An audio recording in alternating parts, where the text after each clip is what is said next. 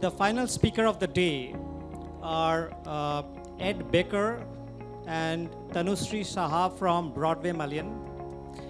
Ed Baker is the practice principal of Broadway, Malyan. Ed is a qualified urban designer and landscape architect.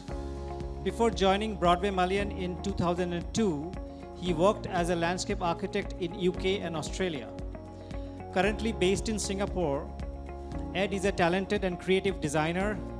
He has worked on major development projects across the region as Nanjing Town, New Town in China, and mixed-use master plan at Bandar, Malaysia.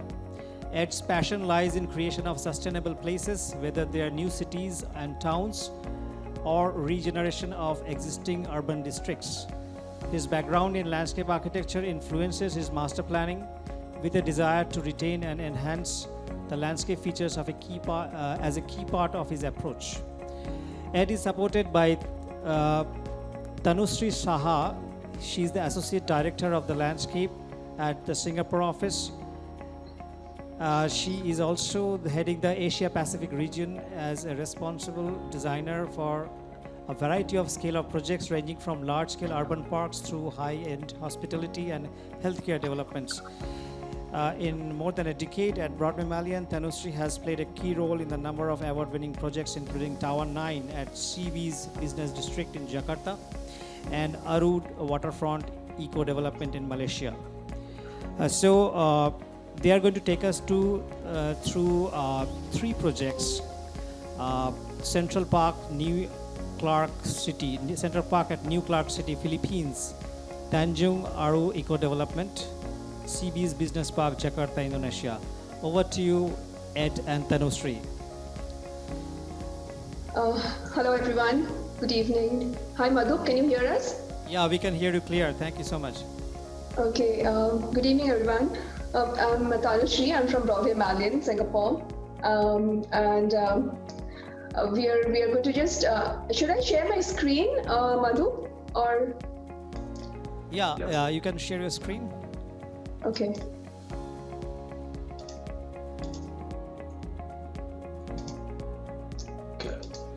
Okay, yeah.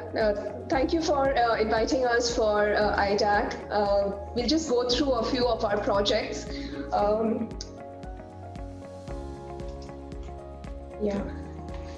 So actually, we wanted to take you through some of our projects with the lens of creating these healthy, inclusive spaces, which landscape architects are very much responsible, especially now in the post-pandemic era, and how these, we are especially focusing on the Southeast Asia. I'm joined here by Ed Baker from our Singapore office. Ed is the Director of Master Planning and Urban Design in Singapore, and he's also a landscape architect. I'll just hand over to Ed to do a bit of quick introduction of what Broadway Malyan is and where we started, and we'll go through the projects thereafter. Okay, good afternoon, good evening, everybody. Hopefully you can hear us clearly from Singapore. So just a very quick background on who we are. We're an international practice. We're headquartered in London, and we're sat here in Singapore, which is one of our offices in the APAC region. We do have an office in Mumbai and Shanghai as well, and in Jakarta. We're from Singapore with the specialism of master planning and landscape architecture. We do a lot of our work from this office. This is actually our office here in Singapore. You can see on the right-hand side of the screen, you can see all the different places that we work across the region, a real range of different places, different contexts, and creating places together. That is what we do. And so essentially, it's creating places with landscape architecture as a real key part of that process. So we work at a real range of scales. I'm a master planner by background, as well as a landscape architect. So a real range of different scales we work out, from city regional planning, down to city districts, down to the neighbourhood level, down to the street, the park, the plaza level, and we're really interested in that sort of shift in scale. And so today we've chosen three projects that show that scale. They're planning projects, but they have landscape architecture really at the heart of them. So quite often, in terms of the context of our work, and this doesn't cover everything, but there's the things that are disrupting the way that we are and the planning and the places that we're working. And so these are some of the macro trends that we're coming to terms with as we do our planning work and the landscape work. And so obviously some of the more recent things like the global pandemic, as we come out of the pandemic, and as Tanu's mentioned, understanding the importance of open spaces in helping the recovery and going forward. The loss of biodiversity, which is a big theme in a lot of our work, and how we can counteract that. How can we protect biodiversity and enhance it going forward? And inequality as well. And so one of the projects we're talking about is a real focus on that, and how can we create spaces for everybody that are accessible for everybody and involve people in the process as well. So this is what we're calling the response. Like I say, we've chosen 3 different projects, very different sort of contexts in different places in Southeast Asia to demonstrate how we work. So the first project is called Central Park. New Clark City is actually a new city in the Philippines. It's a government developed city. We worked on this project. We'd actually been working on the wider master plan with a private developer, but the master developer is an organisation called the BCDA, the Bases Authority, and they're tasked with developing some of the old army bases in the Philippines. And so it's a new city, and our role has been as master planners, but also as landscape architects for some of the key spaces. And so this is the Central Park. It's the main space that sits right at the heart of New Clark City. And it's going to be one of the largest new parks in the Philippines in the last 50 years. So, key design drivers for this. So resilience, there's a big emphasis on green and blue infrastructure. You'll see the lake, which is a very important part of the wider city infrastructure. How to create a park that is inclusive. And even though it's a new city, there's still surrounding population. How do you plan for a future population? And how we can try and conserve and enhance the existing biodiversity, not just in this park, but across the new city. So you can see here where the park sits. You can see here the wider city that has been planned by different people. We've been working actually on an affordable housing project as well within the wider city. But the Central Park is what we're going to talk about today, and you can see here how it sits right in the middle of the city. It's got a very dramatic volcanic landscape as a backdrop, New Clark City, which makes it very sort of interesting in terms of its context. Now looking at more of the details of the park, Central Park. So it is, like Ed mentioned just now, it's a 45-hectare park, which is one of the largest parks to be built in the Philippines in the last 50 years. And we wish to, make it as sustainable and using all the landscape principles that we've set up with for future, and also as an example for future planning across the country. So just key facts of the park. It's a retention pond. It's actually part of a wider retention pond series to mitigate climate resiliency within New Clark City, to take care of the flood waters of New Clark City. So 50% of the park is water and the other 50% is land, and how we can then make use of this land area to create a real park for the people.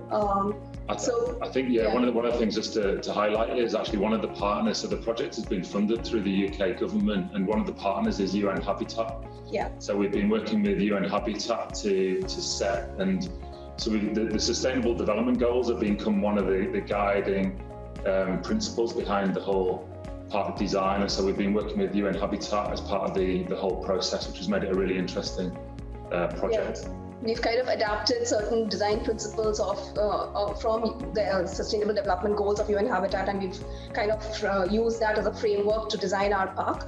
Mainly the identity of the people, of the place, identity through the use of the space, its architecture, its planting, biodiversity patterns, etc. The activities within the park, the livability, the passive and active uses, how well it is connected to the wider city and also within the park, pedestrian and cycle connections, and Also how the park is inclusive, all the amenities of the park being accessible using universal design practices. A very innovative design, environmental resilience being one of the key factors. Like I mentioned, the park is principally a retention pond, a very practical way to resolve rainwater mitigation in New Clark City, and also the ease of maintenance, which is one of the key factors of any landscape that we design.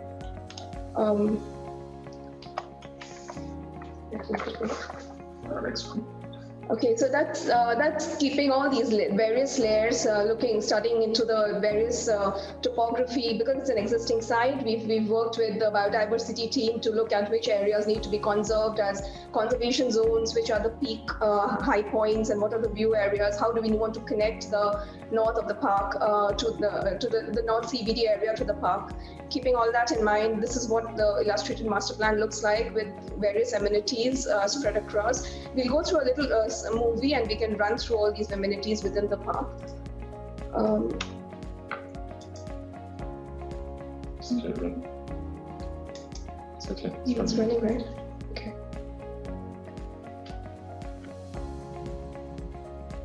So that's where the park is located within New Clark City. It's quite at the heart of New Clark City. The north is the CBD, and it's connected to the park through this nice connector. It's a pedestrian and eco connector.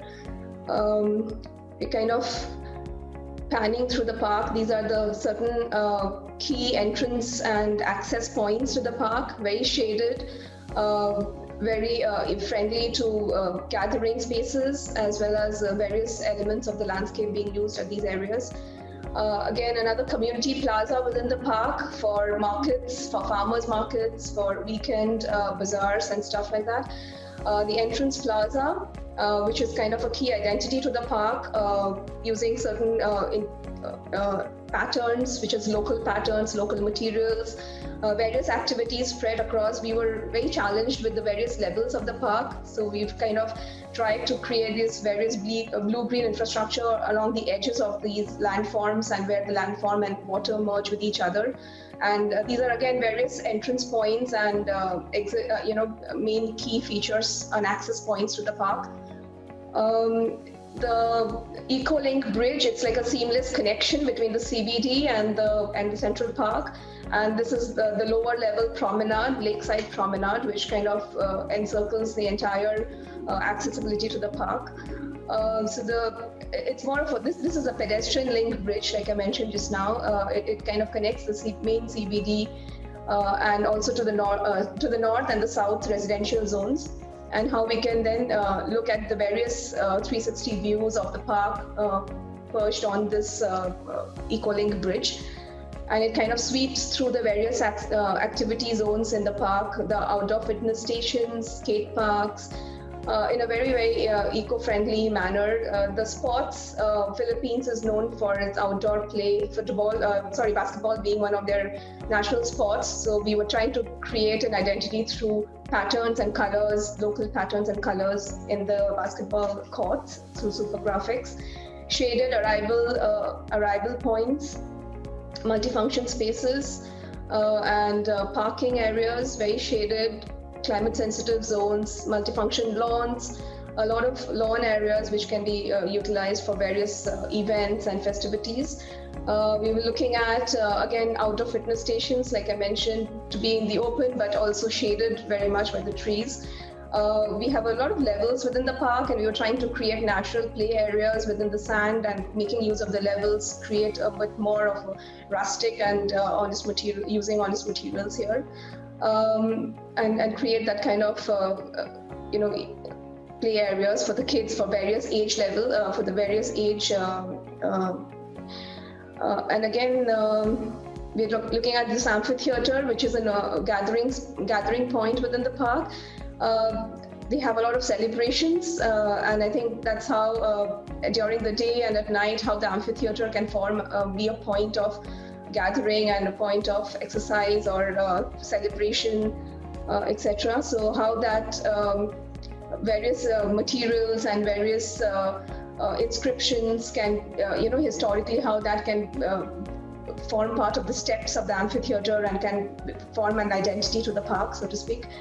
The various boardwalks and floating islands, these were conservation zones, so we couldn't do much with these zones. So therefore, we tried to introduce this ethnobotany center and a bit of community farming because this area basically was one of the agriculture zones within New Clark City. So we tried to keep a bit of history within the park and kind of education through this ethnobotany center. Again, looking at certain F&B destinations within the park, a bit of commercial activities and a bit of giving back in terms of economic sustainability of the park in the longer run. The lower level promenade and how it then gets into these various edge conditions and how we treated through green blue engineering, through how the water is actually treated before it's actually deposited into the lake from the surrounding infrastructure. So we kind of used all these basic principles. And like this is another example of a bamboo garden, which is the conservation garden. Bamboo is one of their endemic species. So we made sure that every plant species and shrubs and trees in this park is very local, native to the region. So yeah, that's about New Clark City.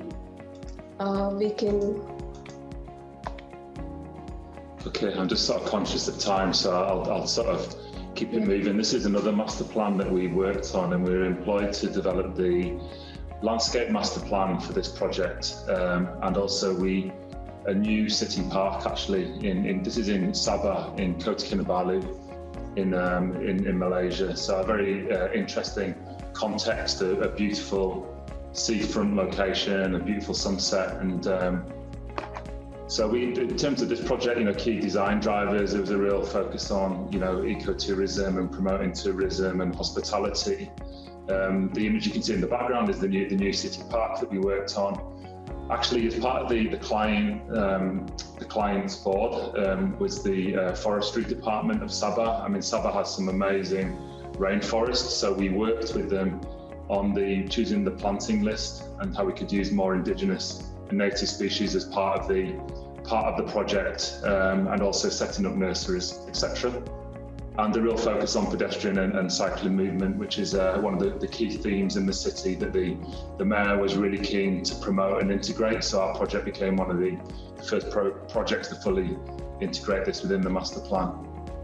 So this is a general overview, and you can see the wider master plan here. But what we wanted to focus on is just one of the key zones, which is around the park.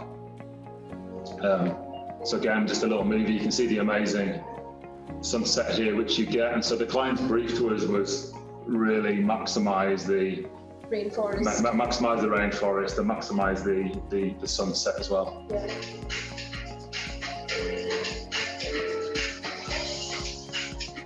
Next thing. Okay. So that's the Prince Philip Park, which is existing right now as a historic park, and we were tasked to get this into a 12-hectare public park, and we tried to see how we could create public spaces, but with a very eco theme. So it's a very natural pool, which is like a rainwater harvesting pond in the center of the park of this Prince Philip Park. And then panning across through all these eco developments, and we were looking at all the public realms and the public walkways leading to the seaside 1.3 kilometer Tanjung Aru Beach Park. So this is part of this park is already existing, but it's in a very bad shape at the moment. So we try to see how we can rejuvenate that, keeping the sense of what it is right now through its plantation, through the various patterns of Sabah and Tanjung Aru, through these Aru trees, which is actually casuarina trees, and how we can create back and the same essence, but with a much better public realm. And again, it's a tourist destination. It's also promoting ecotourism. So we try to bring in a bit of commercial value to this waterside promenade park through F&B and cafes and sunset cafes and vantage viewpoints looking into the ocean, into the sunset. And also designing into the wharf, because there was a little bit of a canal side development and wharf and retail frontage to the wharf. So we've also designing to the waterfront, and then finally looking onto the iconic bridge, celebrating fireworks, New Year at the iconic bridge, and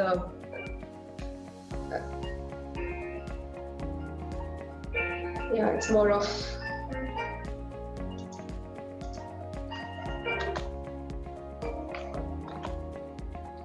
So that was our vision. Actually, we started with the rainforest. The Datuk there mentioned that our theme was bringing back the Borneo rainforest within Kota Kinabalu, and this was what our design was all about, to create that education and tourism through this rainforest setting.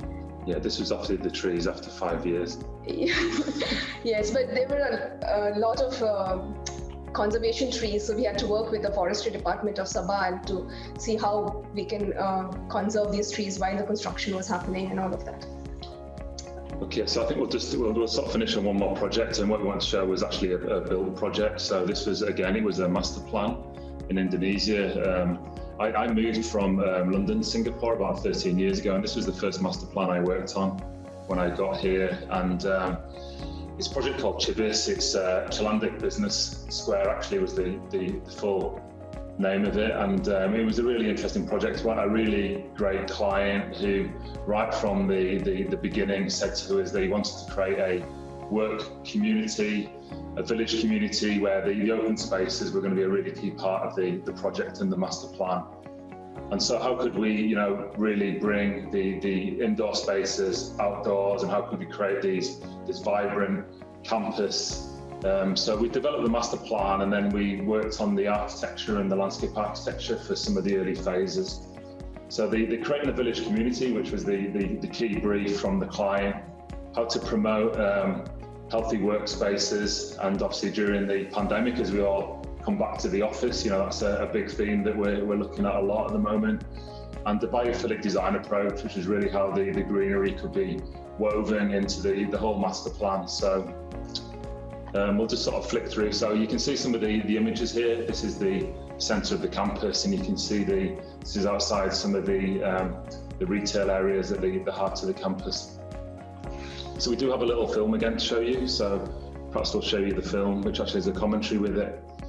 On this project, we actually developed the whole identity of it as well. So not just the master plan and the landscape architecture, but also the identity. Business community and international business community itself.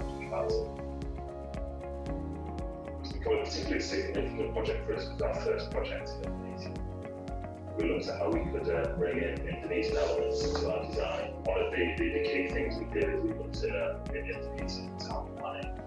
We introduced a space in the middle called the Alun-Alun, which is the traditional town square. That would become the centre of this community. It's an existing site, light industrial, so it's about how do we move the branding and in essence the place forward whilst maintaining and respecting the existing lines. So the first workshop had anybody involved in master planning, branding, the architecture, really defining what were their key touch points they wanted to achieve. So the identity for the Chibis Business Park really came about from tapping into the cultural and local context of the site. Also, we tapped into the history of the clients, where they came from the naval background, so the idea of the shield. Also, they were very much into the idea of academia. We decided to bring all that out in the actual design itself. So it meant security, but also that sense of nostalgic history at the same time. With the wayfinding and environmental graphics for Chibis, we decided to take an approach where we'd have the typical directional signage. Also, we used the key messaging throughout the site as environmental graphics. So the key strap lines of honour doing business, joy doing business, these were all part of existing language that we developed for the client brand as a way of communicating with potential tenants. The landscape is a very important element. This is actually what binds the places together. Looking at cities like Jakarta, they are desperately needing a green space, like a green open space where it's open for public and it's activated and it can be used for places for wellness and well-being for the working communities. Connectivity and mobility is one of the key principles of Chibis Master Plan. We are trying to emphasize on the sustainable connected transport.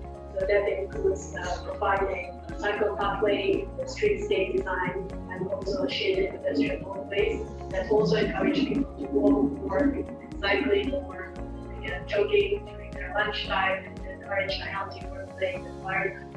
So we try to bring nature closer to people.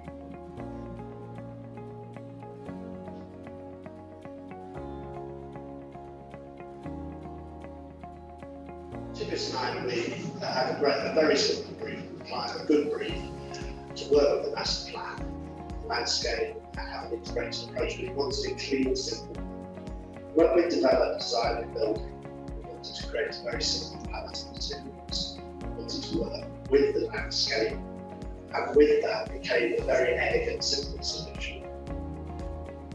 In Jakarta, traditionally, 2,000 square metres was the maximum size.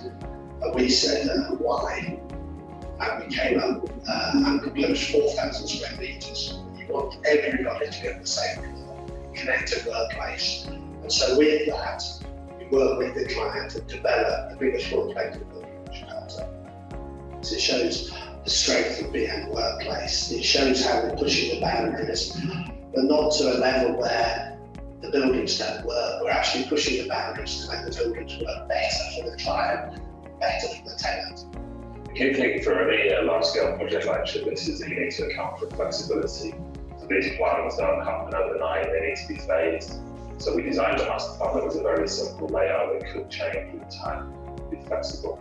So for example, the first phase is now being built, and as the later phases happen, there's going to be changes, but that's to do with the market conditions, technology, or even planning and legislation changes.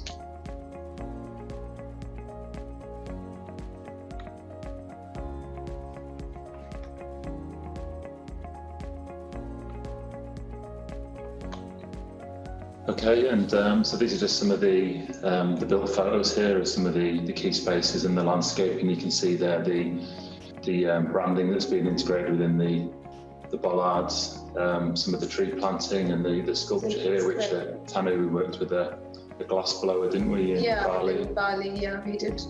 We designed some of the sculptures. The idea was having this theme of petals, and we kind of turned that into glass sculptures. And sourced trees from local nurseries, traveled to north of Bali and Jakarta and sourced these trees there. Okay, so I think that's all we have today.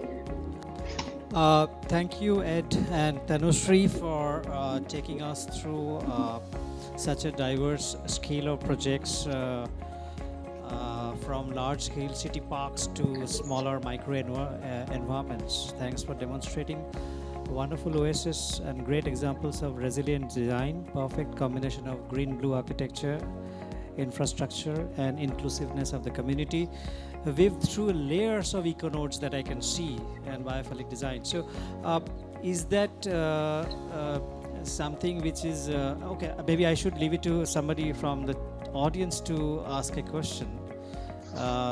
If somebody has a question. Jaslyn? Thank you. Hi, I'm Jaslyn. I'm a landscape architect.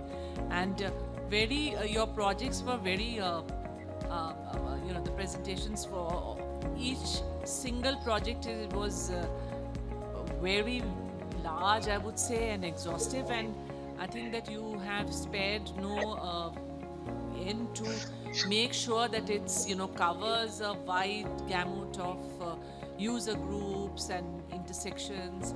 And my question is, but what I couldn't catch very well is, how is this these sites, like, to what extent